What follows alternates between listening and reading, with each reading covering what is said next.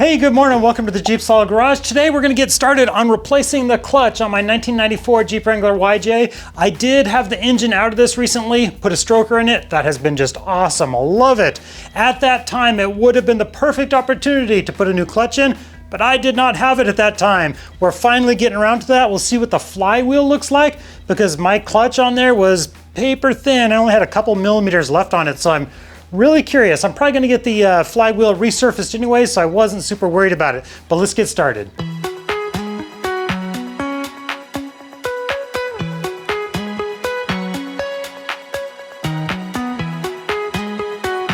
And here I have a new clutch kit from Luck.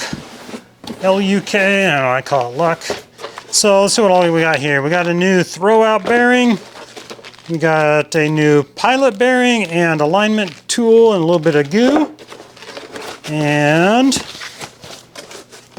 our new pressure plate and clutch disc. And this is a very popular clutch for the Jeep Wrangler 4-liter. I'll be sure to include an Amazon link in the description below where you can find this exact clutch kit that I'm using. And we've got the wheels chalked. First thing we're gonna do is disconnect the battery because we're gonna be messing with the starter, a few other things, and don't want it accidentally turning over on me. Next, we're removing the 2 wires off the starter solenoid here. Now we can remove the starter, 2 15mm bolts, one on the front side here, and one on the back. And these are different lengths, so keep track of which one goes where.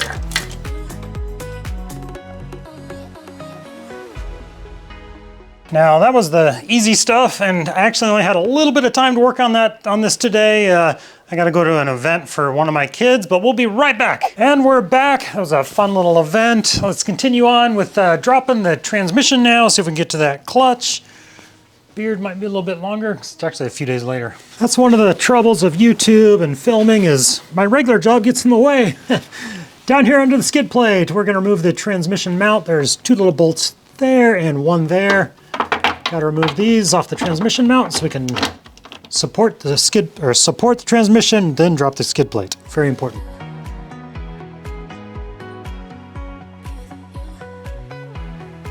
Okay, now we're going to get a jack under here on the transmission here to lift it up a little bit, and we're going to jack it up until we see these transmission bolts start to kind of lift out of the skid plate a little bit. That's how we know that the weight of the transmission is off of the skid plate.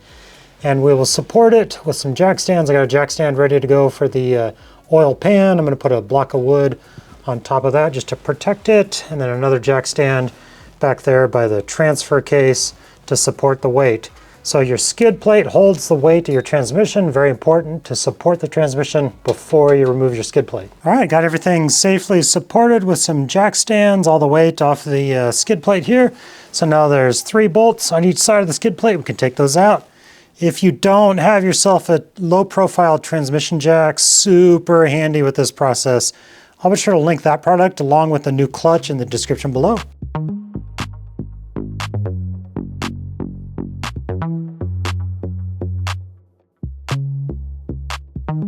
All right, skid plate's off. We're looking good, except looks like I've got some transfer case leak going on.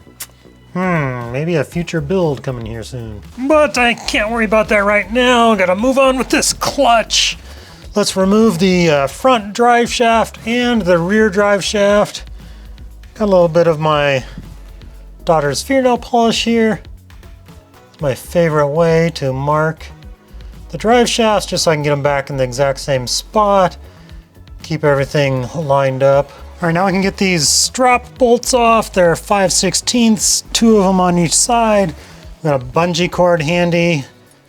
When the drive shaft comes out, we can hang it up out of the way because we'll leave it attached on the front side there.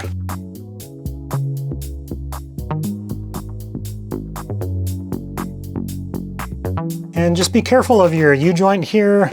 These bearing caps on the end, they'll come off here. I'll pull this one a little bit. Those guys will fall off. There's a bunch of needle bearings inside there.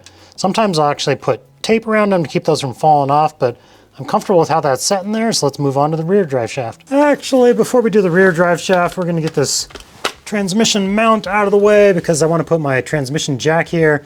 So I can get this jack stand out of the way because a little bit of oil is going to leak out of the transfer case. So I want to have a pan there. So it's all the domino effect. So these are what, 5/8 inch on my impact driver here. All right, got the transmission jack back under there. Now it's supporting the transmission, which now has taken the weight off of this jack stand, so I can get this out of the way. We will remove the strap bolts on there and then slide the rear drive shaft out of the transfer case there. A little bit of oil could leak out, so we've got a catch pan here ready to go. All right, we got both straps off of the rear yoke. Let's see if this drive shaft will come out, and I'm going to be very careful of the needle bearings on the caps there. And we'll see if we lose any fluid here.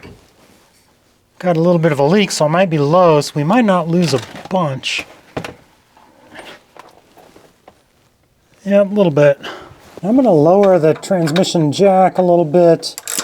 This is where having this transmission jack comes in super handy. And now I'm lowering it by hand. You're not supposed to use the impact driver on it like I was. It just does it too violently. I use it to go up and down a little bit, but when you don't want to come down a lot, do it by hand. All right, there we go. Dropped the transmission down a little bit. Gave myself some more room because we've got some things to disconnect up here. Right here on the back side of the transfer case is the speed sensor. We'll disconnect that. And then up on top of the transmission, right up here. So here's the shift linkage. We'll see if this guy will pop out. Sometimes you gotta get a little bit of WD-40 on them.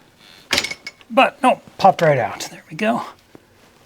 And then this wire loom here and a vent up on the top here. That one's kind of stuck. I'm gonna have to get a wrench on that, pair of pliers, and pull off this air vent. Now, wait a second. Did I call this a wire loom? I misspoke, sorry. This is actually vacuum lines. And we got this vent off on the top there, just slips off the top. With a pair of pliers, we're good to go. Now next we have to remove the shift linkage bracket off of the transmission. There's a 16mm bolt right there that's got to come out. And then up top, there's two little 13mm bolts, one on the front side and then one on the back side back here. You got to get both of those guys out.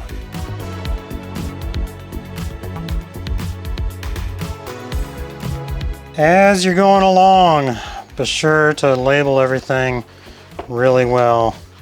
At least that's my habit. Now with those three bolts out, you can see the shift linkage here is free. Now we can get the clutch slave cylinder out of the way. 13mm, let's see if I can do this left-handed.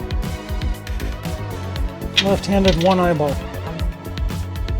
Now on top of the transmission, got our shifter here. We'll pull the boot up. And inside there's a little ring, which I'll have to use two hands, but you push the ring down and twist it, would that be clockwise, and it'll pop back up and then the shifter will come out. And for me to do that the way I've found easiest, is I have to like bear hug it. So I'll get both my hands up there and push it down. Or maybe it's counterclockwise. Push down and twist, come on. Oh, it's not easy. Yeah, I think it is down and counterclockwise. All right, we're gonna try again. I took a rag and kind of, that little bearing or retainer was greasy, so I took a rag and dried it off a bit. So hopefully my fingers can get a better grip now. Yeah. And I kind of bounce it around. It's on a spring, so I kind of bounce it a little bit.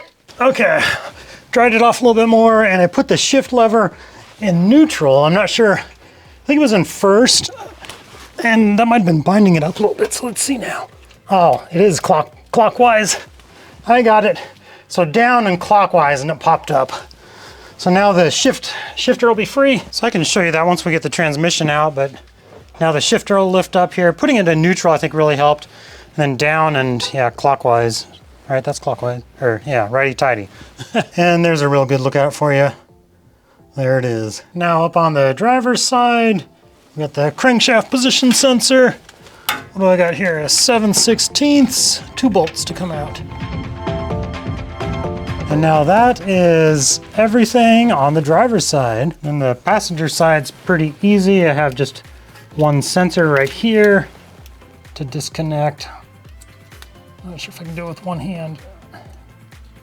All right, so next there are 7 bolts to remove the transmission from the engine, but because of life, I'm gonna have to do that another day. Be sure to check out the JeepSolid Garage on Twitter, Facebook, Instagram, you know, all the places. And if you wanna help support the JeepSolid Garage, if this kind of content helps you out, check out my Patreon page, a little bit extra content there. Thank you guys so much, I really appreciate you.